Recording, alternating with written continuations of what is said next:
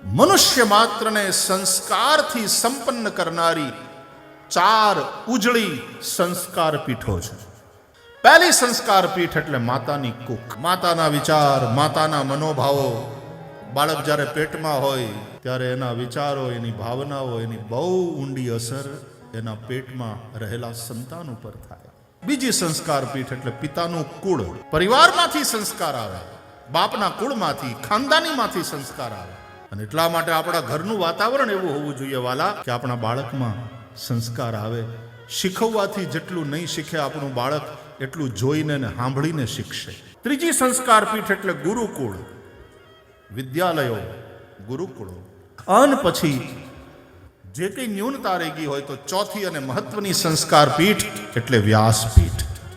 આ ચાર સંસ્કાર પીઠો છે જે મનુષ્યને સંસ્કારથી સંપન્ન